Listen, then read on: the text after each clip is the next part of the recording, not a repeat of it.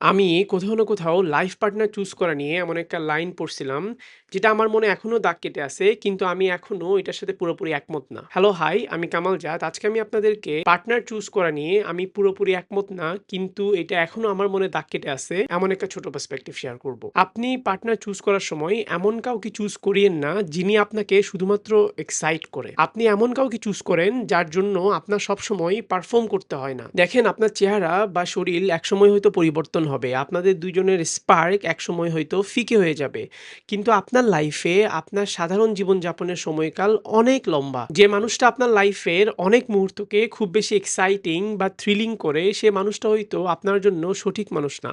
আপনার জন্য হয়তো সঠিক মানুষ হচ্ছে যে আপনার সাধারণ জীবনযাপনে, আপনার রেগুলার লাইফে আপনাকে শান্তি ও স্বস্তি এনে দেয়। এক্সাইটমেন্ট হয়তো আপনাকে কোনো একটা রিলেশনশিপে টেনে আনে, কিন্তু কঠিন দিনে আপনার ধৈর্যই আপনার রিলেশনশিপটা টিকিয়ে রাখে।